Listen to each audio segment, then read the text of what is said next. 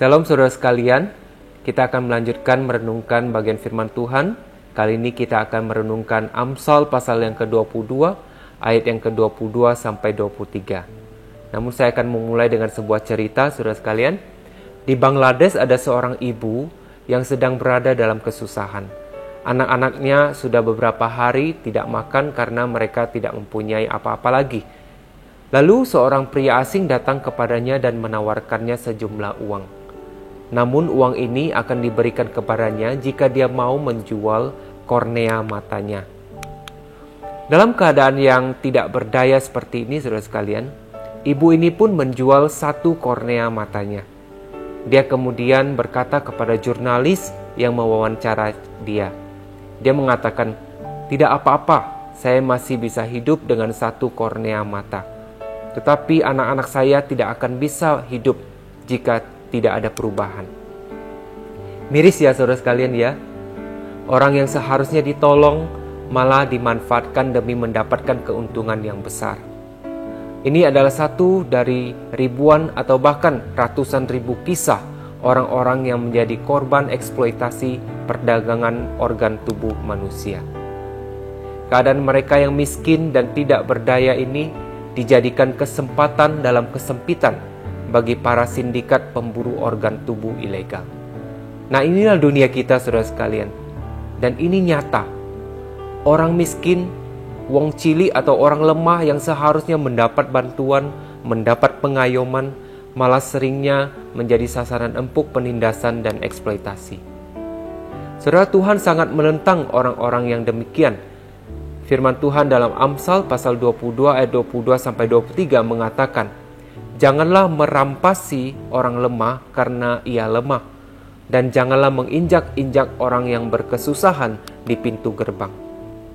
Saudara, orang yang lemah dan orang yang berkesusahan di sini sama saja saudara sekalian. Mereka adalah kelompok orang yang miskin, yang tidak mampu dan tidak berdaya di dalam masyarakat.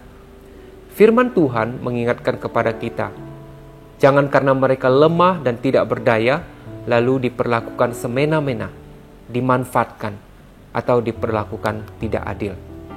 Karena bagaimanapun saudara sekalian, mereka adalah orang-orang yang sama berharga di mata Allah. Tuhan tidak akan berdiam diri terhadap penindasan atau eksploitasi terhadap orang-orang lemah atau miskin ini.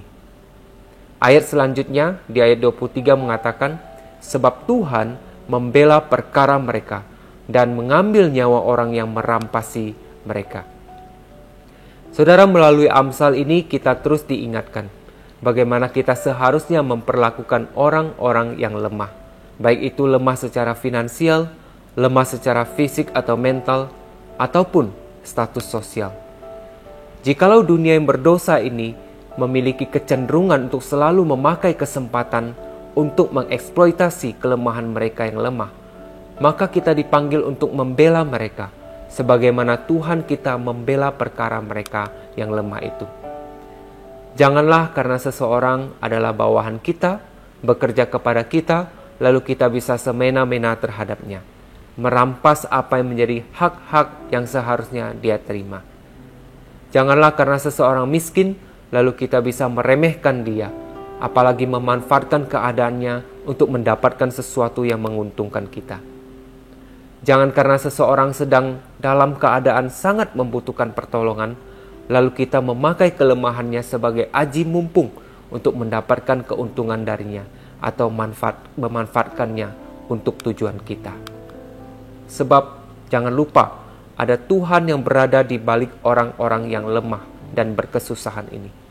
Tuhan yang akan menjadi pembela bagi mereka.